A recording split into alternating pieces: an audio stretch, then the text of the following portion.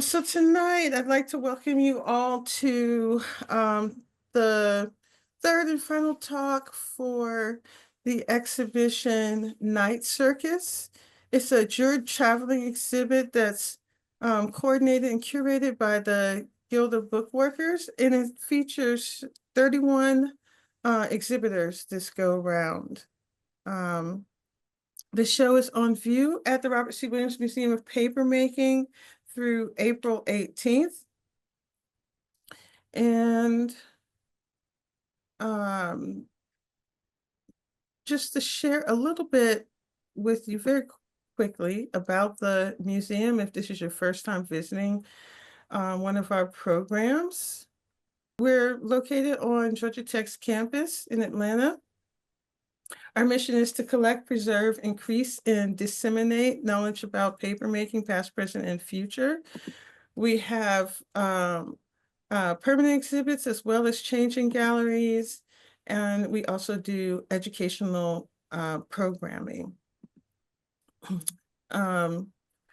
So tonight we'll be hearing from Brenda Gallagher, Ingalls, Karen Hanmer, Gabby Cooksey, and Erin Fletcher as they discuss the process of designing and creating the cover of their books or book objects, and how that design reinforces the themes and concepts behind those books or book objects.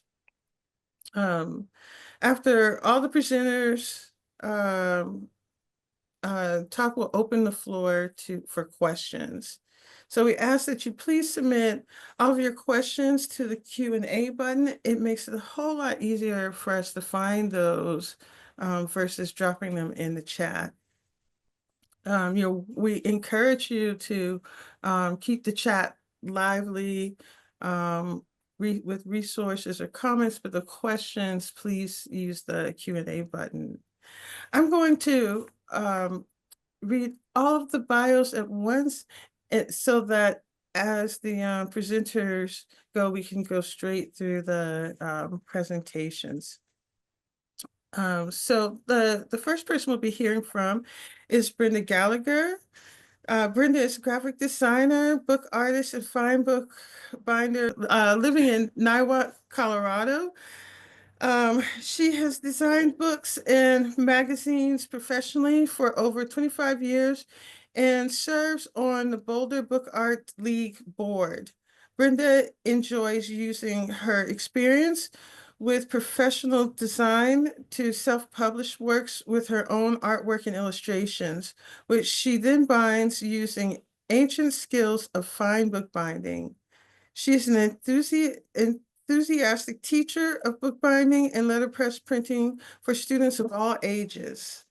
Brenda graduated from the American Academy of Bookbinding in 2023 and received her diploma from the Fine Binding program.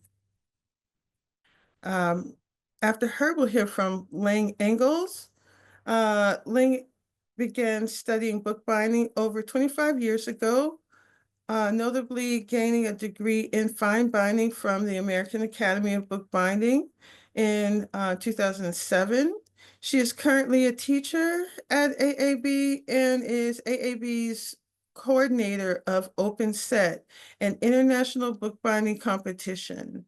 She is a member of many institutions in the field, and her work can be found in public and private collections in the States and abroad. Karen Hanmer's books and physical manifestations of personal essays intertwining history, culture, and politics.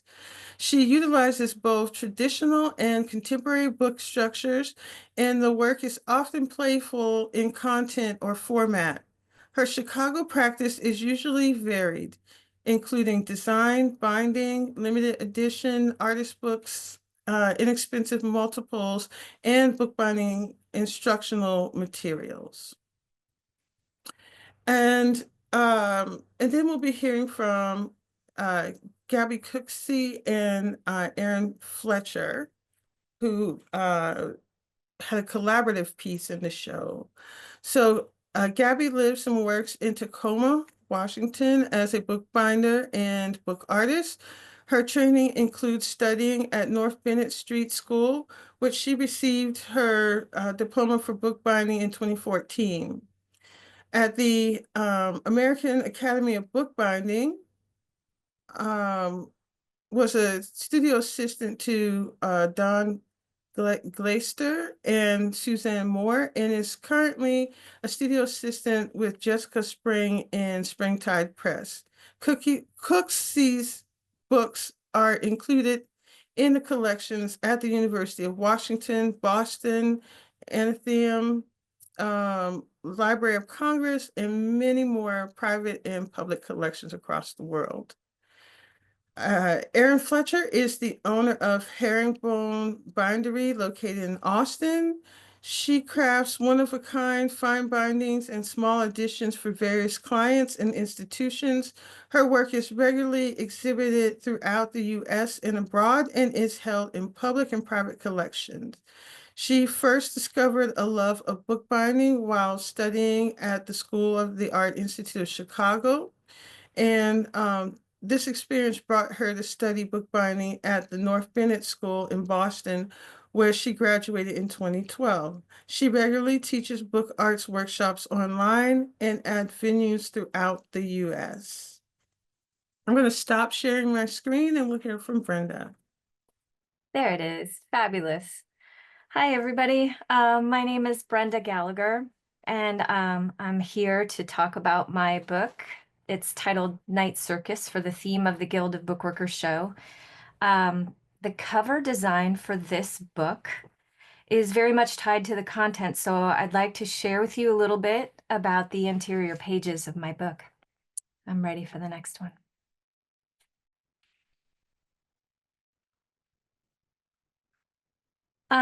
When I decided to respond to the prompt of the Guild of Bookworkers, I wanted to find a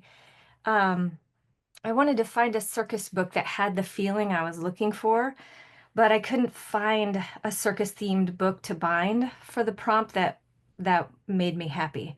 The book that I was imagining that started to take shape in my imagination, I couldn't find, so I realized that I needed to create it myself, because the more that I visualized it, the more that I could see exactly what I wanted to bind, and I couldn't find my book. I began researching vintage historic photos of traveling circus and carnival performers. And the images I collected were all ones that gave me sort of a shady feeling, a feeling of this is a circus that is definitely taking place only at night. And these are some of the images that I found. Next slide, please. To create the pages of my book, I wanted to create original artwork that captured the feeling that I was looking for. I selected the photos and I cropped them so that the images only give you a slice or just a peek at what's going on at the night circus. I wanted the mood of the artwork to suggest a peep show or sneaking a glance through a tent flap and only seeing a small portion of what's going on inside that tent. And I started to make 30 small etchings using dry point on acrylic plates. And then I hand printed these all in an edition of 3 in my studio. Next slide.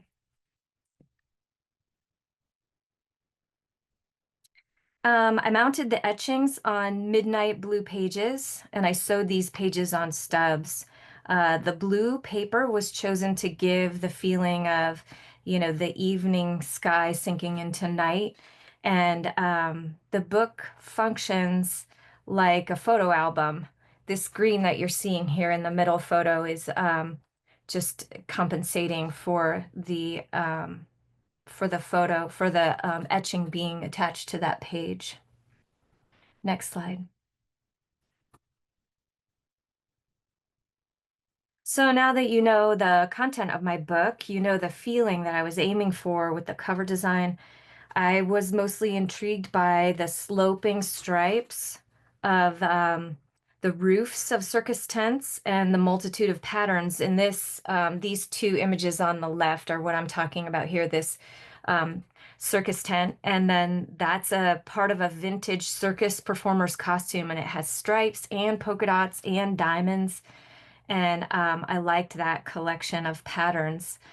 I like to design my book covers with letter forms in the design. So I sketched out a lot of ways to see how I could make the letters of the words Night Circus interact with the design elements that I wanted to use in my cover. The curving tent slopes started to look like wheels to me. You can see in the second image here that the tents sort of transformed into wheels and balls like a clown might have, and maybe a unicycle wheel or something like that. And those shapes became more like circles. The lower right-hand thumbnail became the one that I liked the best, that incorporated the text in a way that I liked with the design elements of a circus that I was looking for. Next slide, please.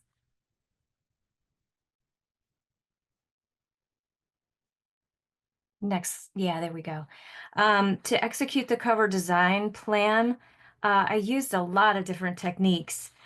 The first thing I did was I hand dyed my covering leather. I wanted it to feel like an evening sky sinking into night, sort of like the clouds coming in, like at the, Something Wicked This Way Comes movie, if you're familiar with that.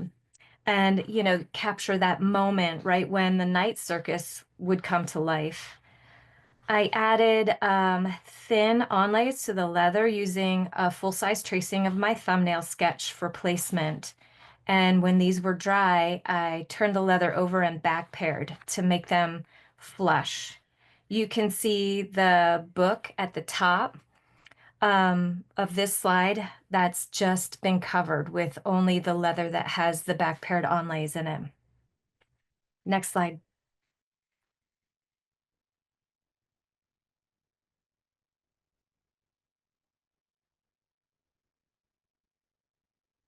The next part of my design was created using various kinds of debossing, which is I wet the leather of my covered book and I press the leather with different materials to create a sunken design into the leather.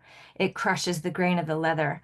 And in slide number 4, this is, or picture number 4, this is a washer. I wanted to create circles that had an open shape in them.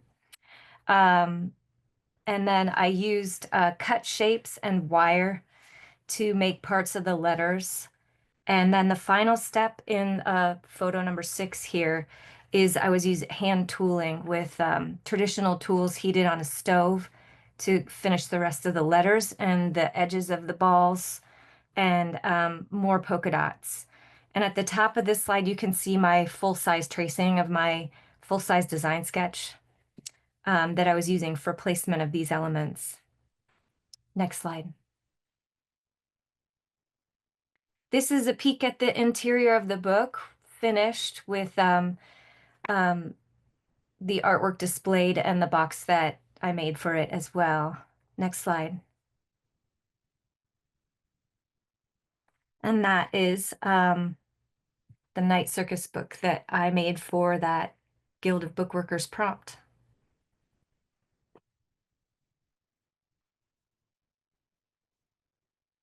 Thank you so much.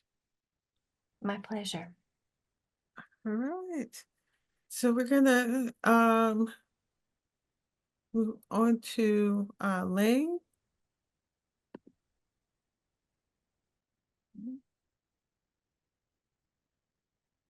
All right. Can you hear me? Yes. Great. My name's Lang Ingalls, and I also responded to the prompt, but in a very different way than Brenda did.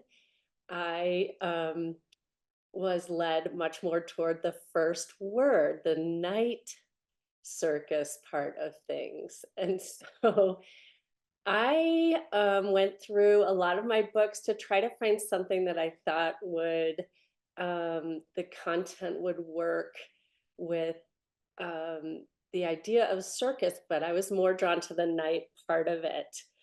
And I wanted to introduce the book a little bit.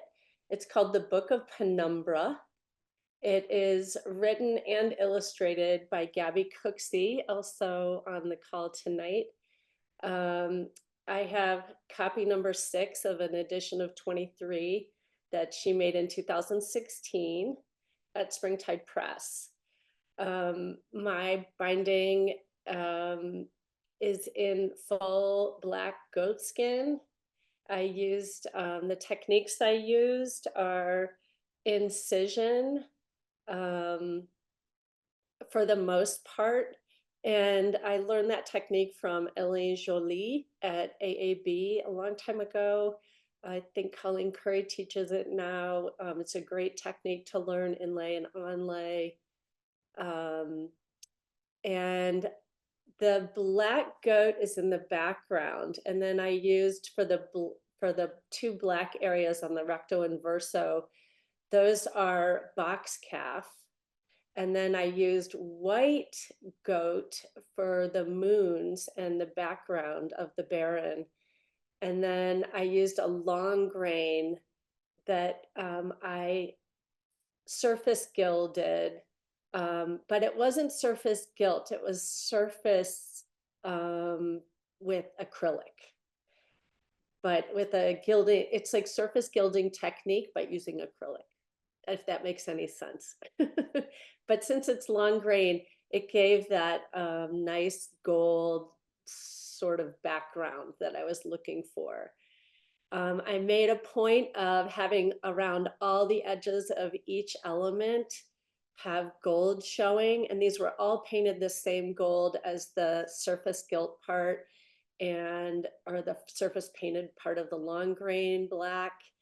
And the hardest thing was let me say a word that how it relates to the interior is the Book of Penumbra is 7 myths that are Gabby took from all different cultures and she rewrote them. And this is something I've seen Gabby do before, rewriting things with her own interpretation, which I really admire and love her work that way.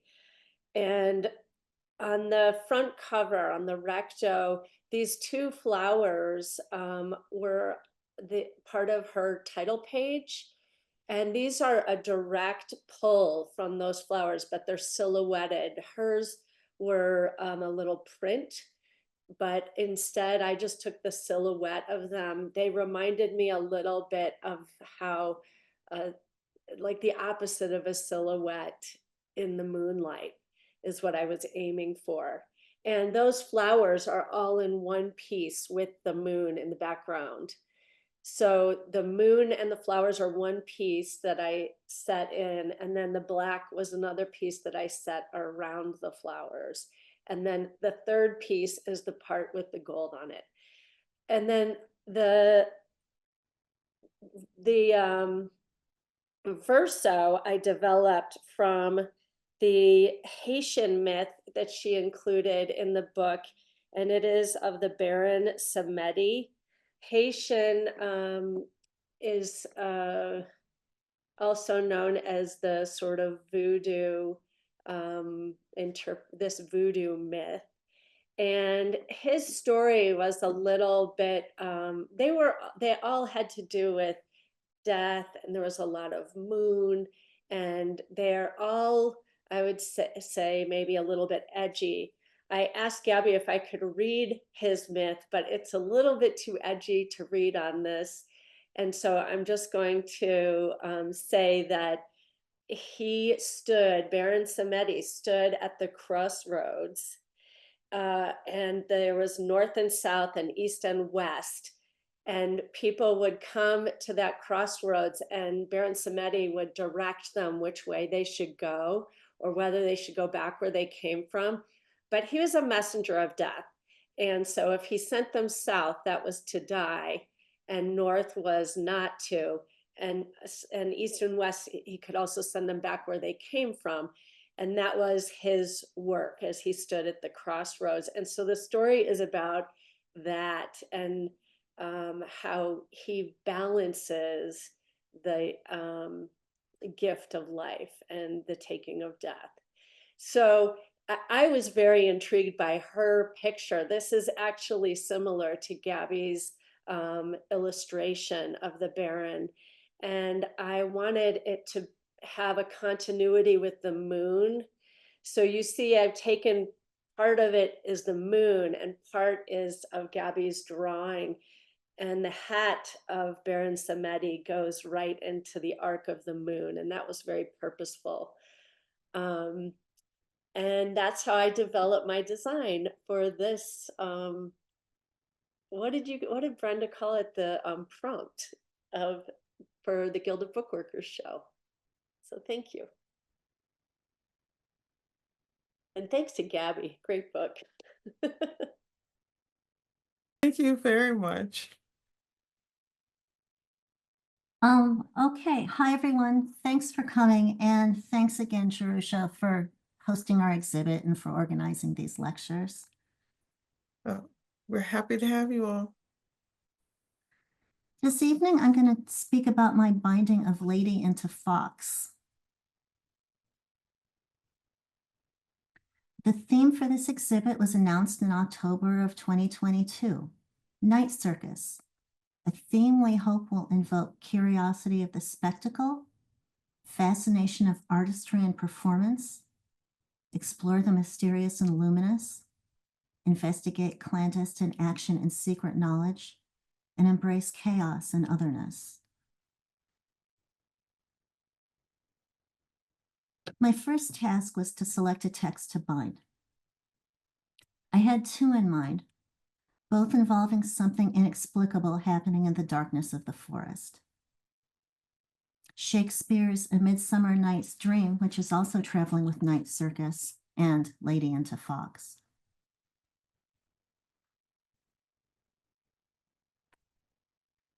Lady into Fox came to my attention via this New York Times newsletter of reading suggestions. And here's a brief plot summary. Early in 1880, newlyweds went for a walk in the English countryside. Suddenly and completely, the woman became a fox. As time passed, she fully embraced her new form as her husband sometimes reluctantly, sometimes eagerly adapted to their evolving relationship. My next task was to acquire a copy to bind. I was fortunate to find a first edition with a clean text block.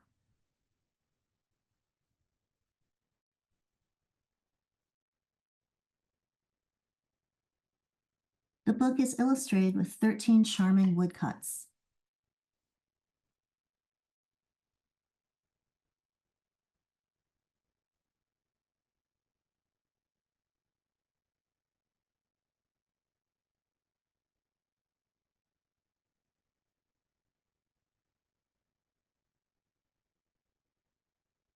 Next step, design the cover.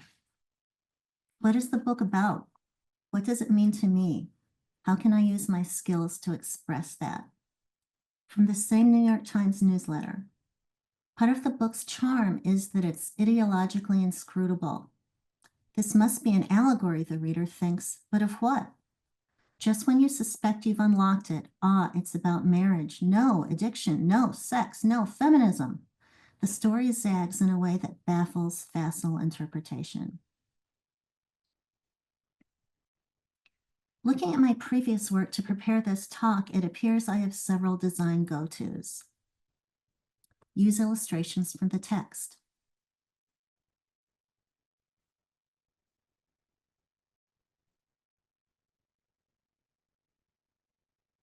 Use cryptic scientific diagrams.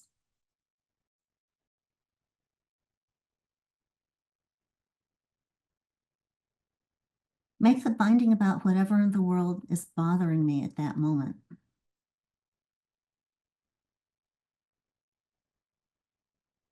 Make it about bookbinding.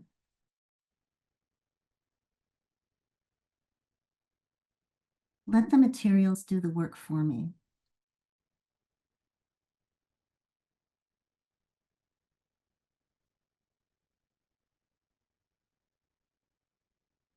Whatever it is, say it with stripes.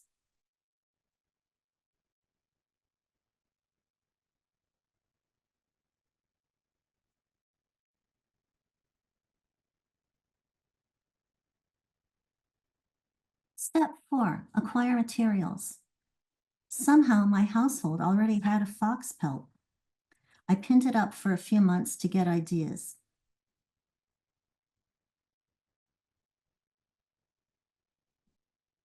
I found book cloth that looks like fur.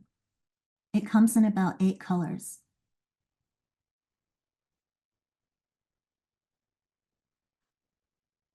One was a good match for this brocade book cloth I already had.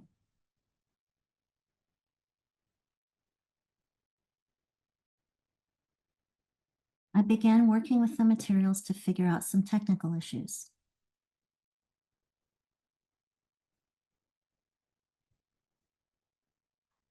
For the design, I decided to go with a mashup of materials and stripes, with the transformation from lady to fox stylized from left to right across the binding.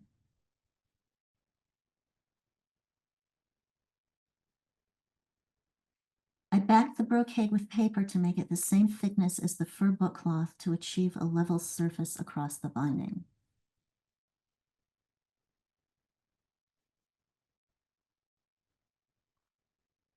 Here are some detail shots of the finished binding, including an element we've not addressed yet, the title.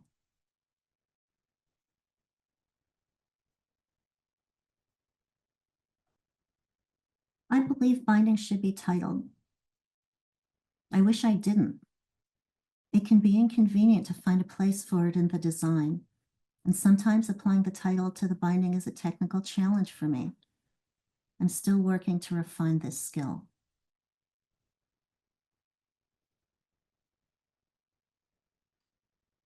I often do something unusual or expressive with the title.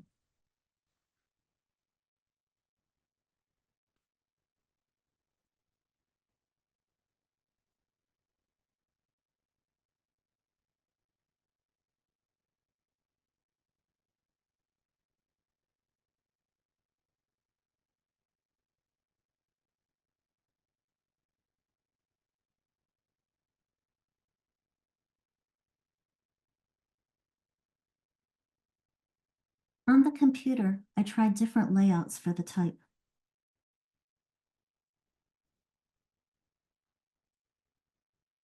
And different sizes.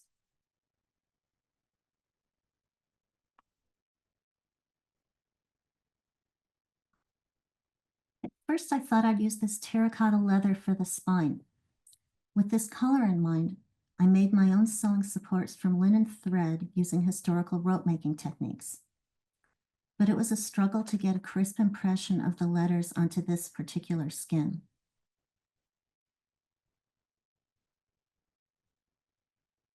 I switched to tan leather, and the gold leaf didn't show up very well against this color.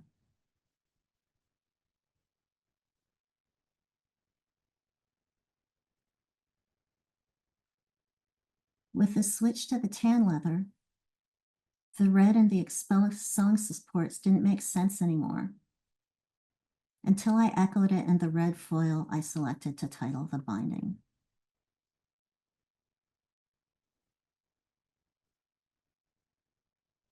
Here are some of the tools and equipment I used to apply the title and tidy it up afterwards.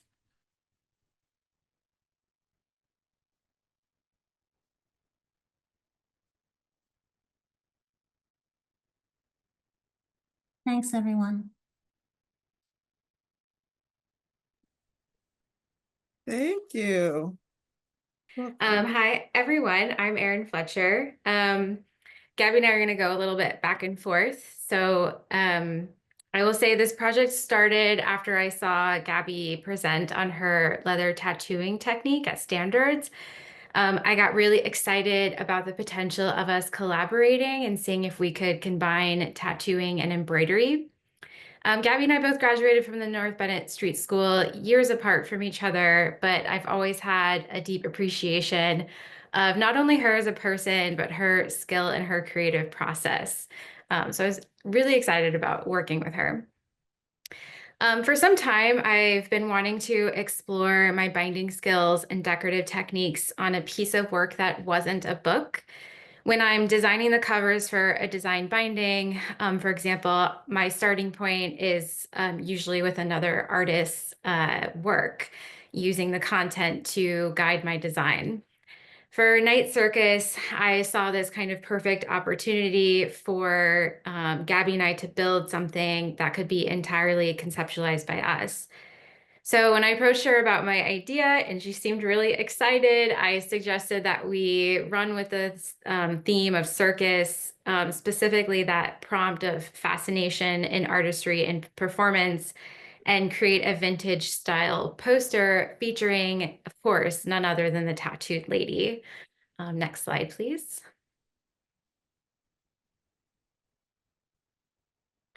We looked at several tattooed women from the turn of the century who performed in vaudeville or the circus. We blended images of Betty Broadbent, Lady Viola, and Maud Wagner to make our tattooed woman. We viewed these tattooed women of this era as fearless for using their bodies to break through societal norms. On the other hand, we were also thinking about our own industry and how for so long women weren't able to do certain aspects of the binding process. So through our tattooed lady, we wanted to highlight the women of the past who kind of broke through these limitations to pave the way. And we would be remiss if we did not acknowledge our contemporaries who inspired us early in our own careers, and people who eventually became our colleagues and friends, and who continue to inspire us. Next.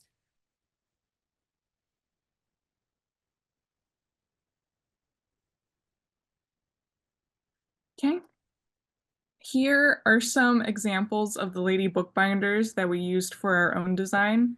We used Colleen Curry's binder's mark, a nipping press, embroidery scissors, Shauna Leno's awls, and the portraits of Rose Adler and Teeny Mira, to name a few. There are a total of 17 lady bookbinder designs and a couple Easter eggs like the traditional heart with an arrow tattoo and a nod to Erin's craft using her designs and her scissors. Next slide, please.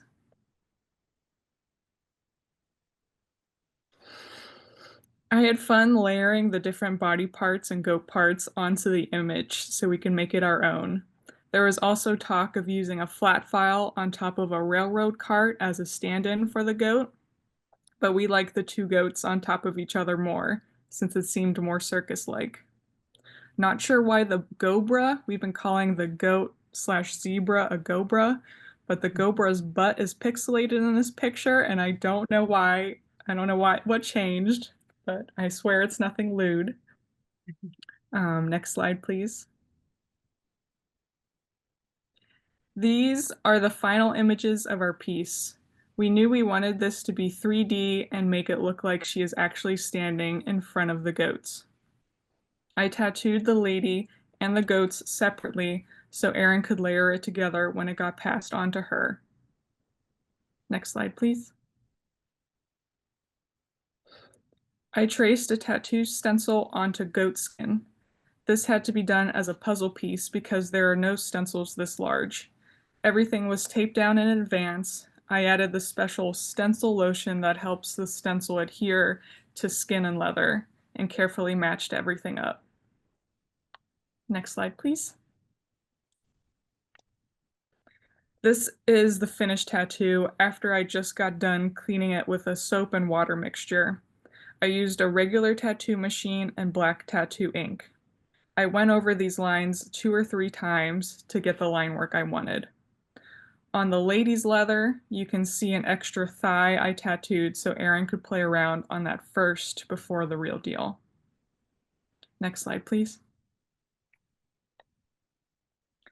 And here are some bonus process photos. This is what the leather looks like on the reverse side or suede side. The tattoo ink has impregnated into the leather like skin. These tattoos are completely dry. Once I'm happy with it all, I finish the leather with a Renaissance wax to keep the ink in place. And then after this, I mailed it off to Erin. Next slide, please. So once I got the tattooed pieces sorry. from Gabby, I carefully cut them out using her outer outline, and then I laminated them to a medium weight cardstock and then painted the edges black, which really made that outer edge very bold. I was tasked for giving our lady bookbinder, as we're calling her, an outfit. The outfit is constructed with layers of handmade paper and leather inspired by the designs of Sybil Pie. I further embellished them with embroidery and created some metallic leather sequins. Next slide. Our tattoo lady was almost like a paper doll. I got to create her outfit and her hair. Once she was completely done, or almost done, her hair is not attached quite yet in this photo, but I mounted her and the goats onto the wooden panel that we were going to be using to kind of sketch out what the background was going to look like. And so I could show Gabby that as well. Once I'd finalized the design, I cut out all the individual shapes from handmade paper and attached those to the base leather, and then embroidered all the final details. Next slide. So these are just some progress shots of the onlays before I started doing any embroidery, just laying them out once again to make sure everything was going to fit onto our panel. And the look of the banner really evolved over time. I will say that I often get lost when I'm in the embroidery phase of any design project and often forget to document it. So that is why I don't have additional slides of that. Next slide.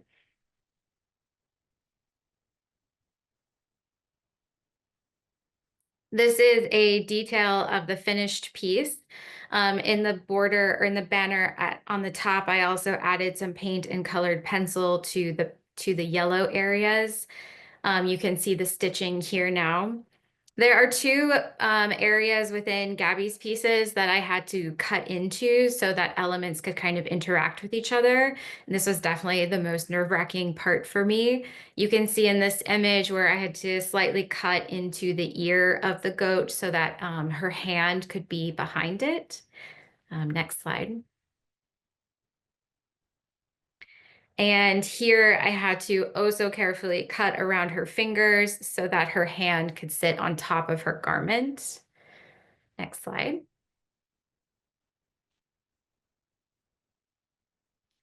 We decided to sign our piece with the same signature tools that we use for our bindings.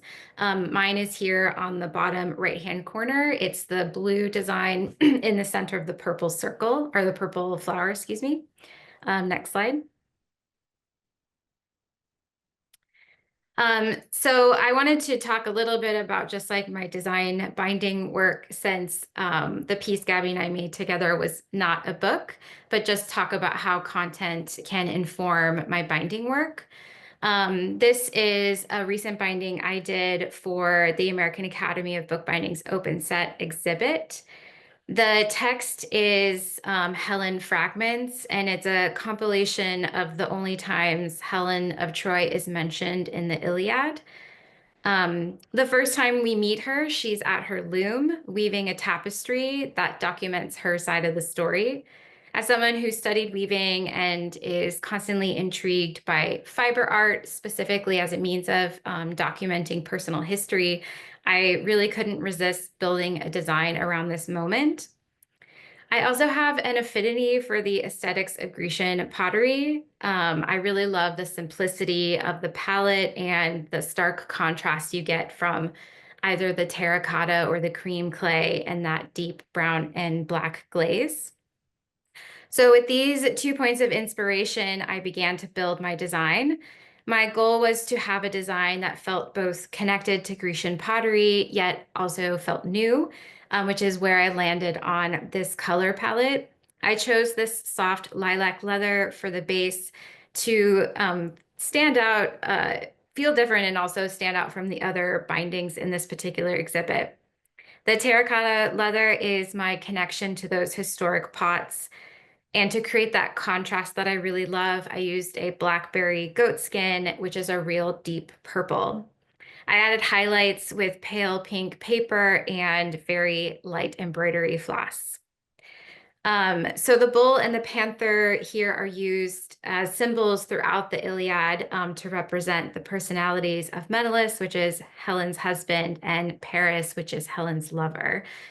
I needed to find a creature to represent Helen, so I turned to the spider, which is used often in historical and cultural references to symbolize the weaver. As I mentioned, I wanted my design to evoke a Grecian pot while also hinting at that moment when Helen is weaving her cloak as the war is closing in around her. Next slide. This binding is also my Helen Fragments interpretation for AAB's open set exhibition. All the pink/lavender is tattooed using a tattoo machine, and the brass is hand cut using a jeweler's saw. And I'm going to read you my artist statement from the book. To read Helen's side of the Iliad was in a way late 8th century gossip. Seemingly everyone had an opinion and eyes on her. This is represented by soft, crazed, and indifferent eyes in the form of tattoo and brass. The brass 4-edge piece unlocks sacred gossip that everyone so desperately wants to be a part of. The rectangles on the front and back cover mimic the text beats in the book to remind you that this is, after all, a story. Next slide, please. And thank you. Thank for you. being here.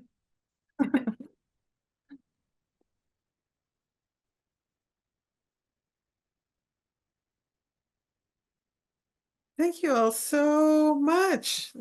That's such good work. It's awesome. I love getting to hear the process. Maybe to all of you, I think I'm looking at like the sketches and all of there's just so many steps and layers to this. I'm wondering at what stage, like Brenda, you were saying you were having trouble finding the story for what you wanted to create. Do you usually start the process searching for a book or text that already exists? Is that your usual starting point? It's not. And it's a skill that I'm working on. I have some help now in the form of book dealers that know what kind of things I'm looking for and help me find the books that I'm looking for. But up until recently, that was not a resource that I had connected with yet. So, and being a graphic designer, I put together the books that I want to make, and I enjoy that. I enjoy making my own artwork and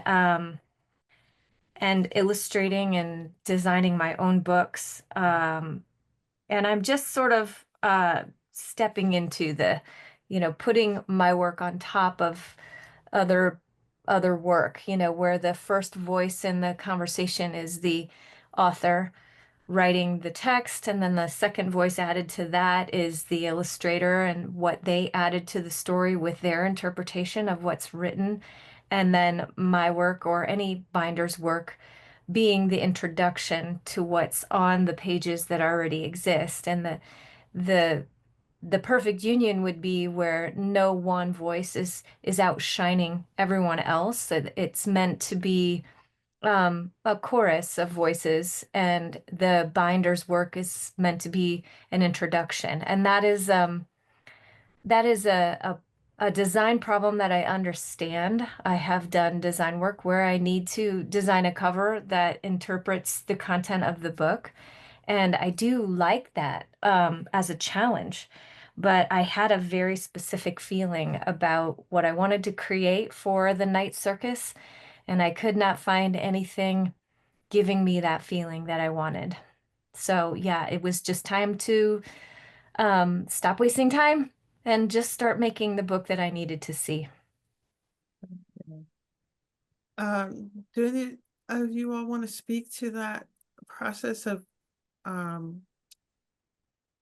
whether you start in search of a text or whether you, like Ling, you mentioned that Gabby actually wrote the book so do you guys want to kind of speak to that as well? Like which comes first, the chicken or the egg? I think it's everybody's probably going to have a different answer because it depends on who you are. I've never made the interior or the content of the book. I've always found other people's work. So for me, it's just my go-to is to do that and to find interesting work to bind. But one thing I would add to what Brenda said, which she said so eloquently, is that I think the printer in a lot of the work that I bind is also one of the players. And it's, I don't know if it's A, B, or C, or 1, 2, or 3, whatever you had. It, I think the margin choices, the where text is, how text is, I think these are really important things that I always respond to when I'm binding. And I have designed a couple things where if there's just a line across the middle, I am riffing off of that. Or there's just a square, there's no illustrations, there's just a square of text, I'll riff off that because I think I want it to relate back to what the content is always.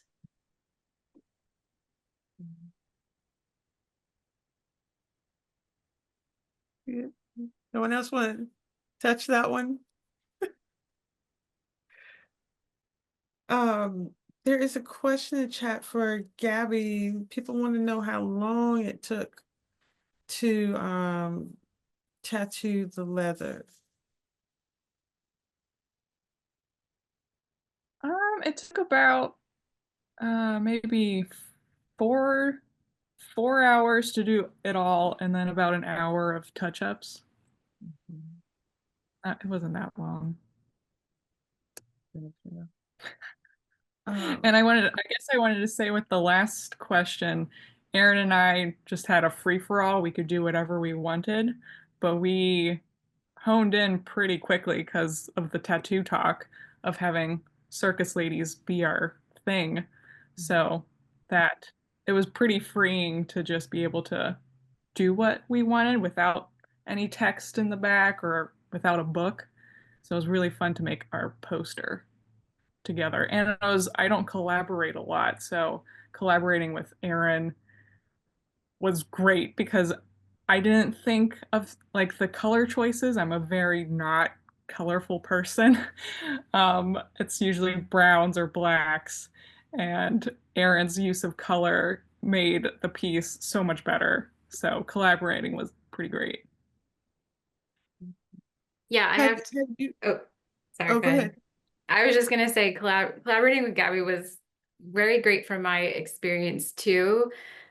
We seemed to encourage each other a lot through the process, which was helpful. And I don't know, it was just nice to like send each other sort of like weird mock-ups along the way, like little sketches. You saw one of the weird mock-ups in the slideshow. So it was always fun to get messages from Gabby as we were working on this project together. And Karen, it was wonderful to get to see such a range of covers that you've done. Do you always work from a found text as well, or do you ever do the interior? I make limited edition artist books too, but nothing that I have felt like making a fancy binding on. Gotcha. Huh. Because maybe when I first started doing it, they were fully things that would be funny shapes. Or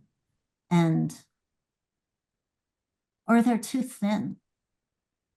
And it's just hard. And I've never felt called to make a special one of them.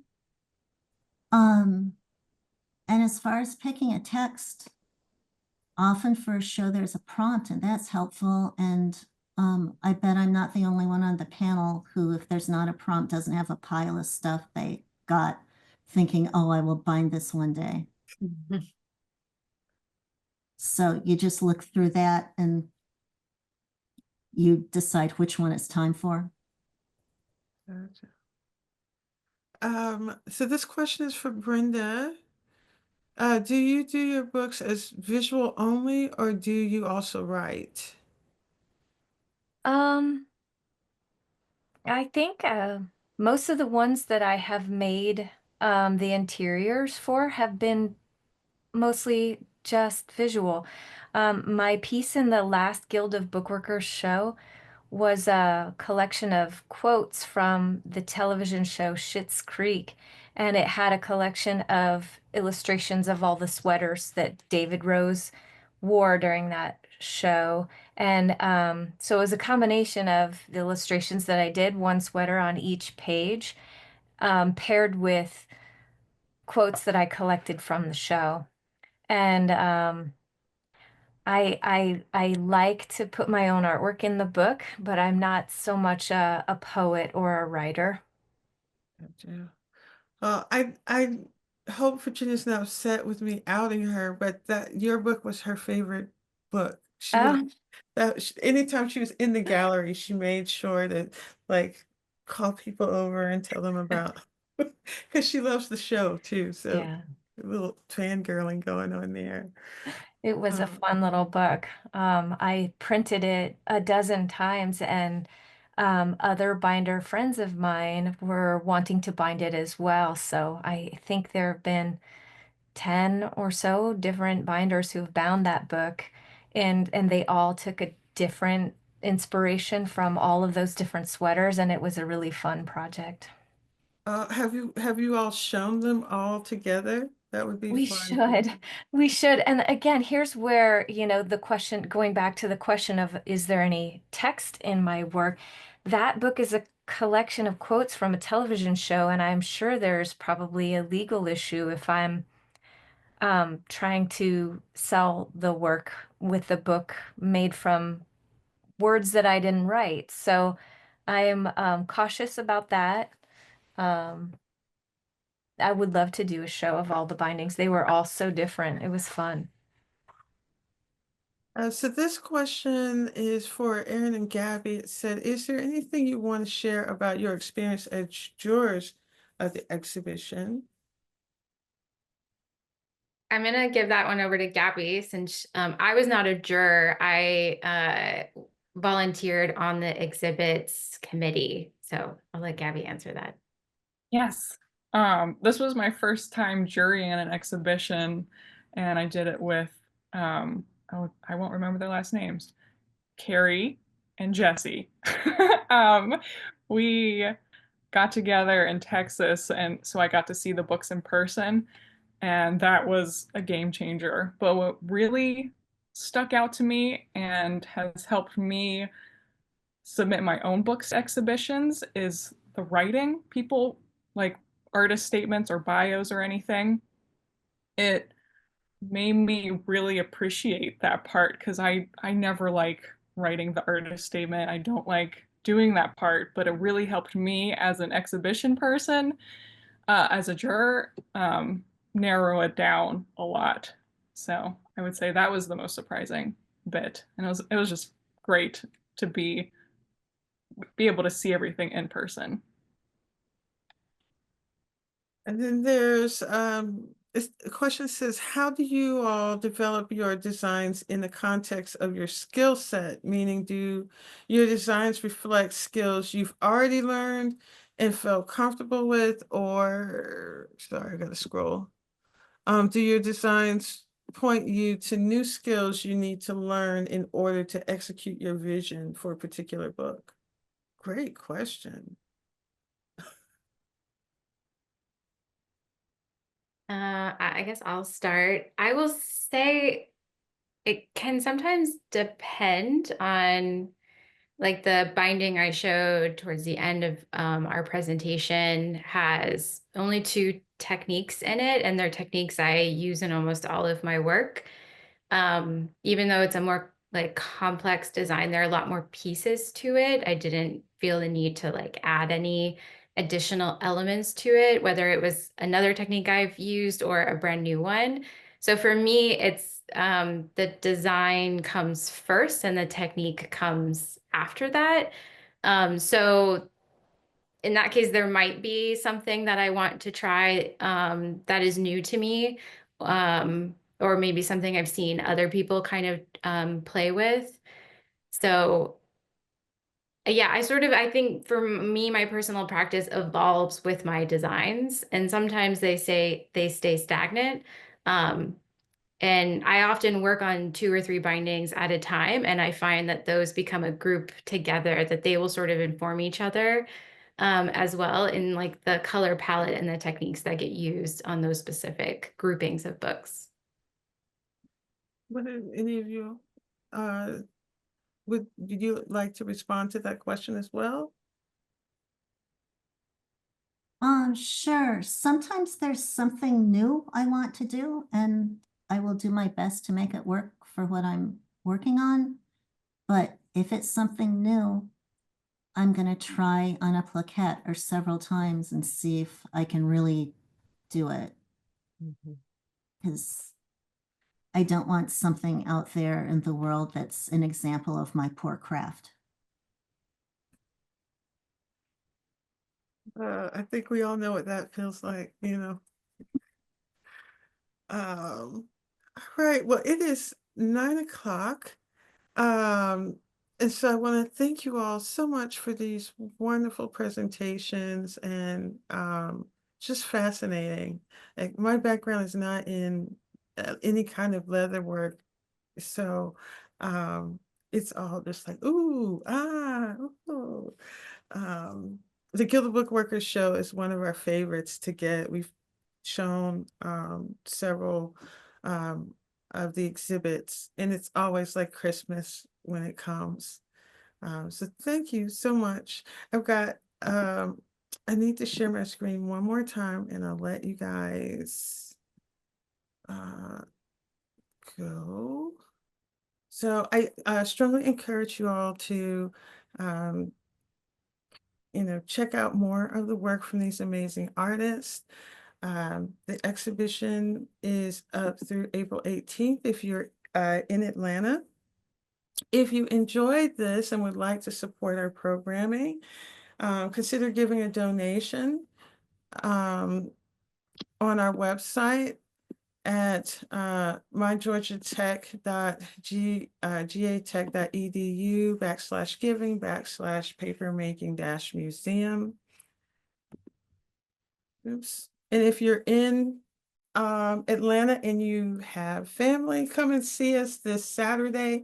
We have our family day. There'll be paper making, origami, some bookbinding, paper circuits, stop motion animation, and a screening of the Paper Girls show, who are partners for this event. And that's this Saturday from 10 to 1. It's free and open to the public.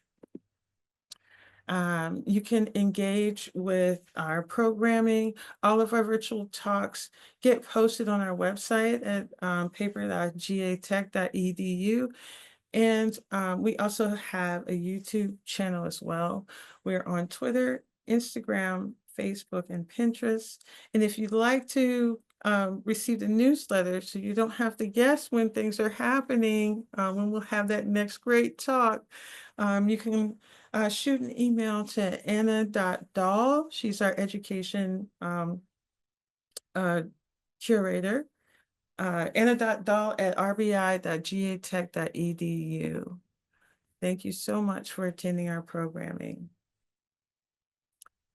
Everyone have a great night. And again, to our presenters, thank you so much. We really appreciate your generosity in sharing your process.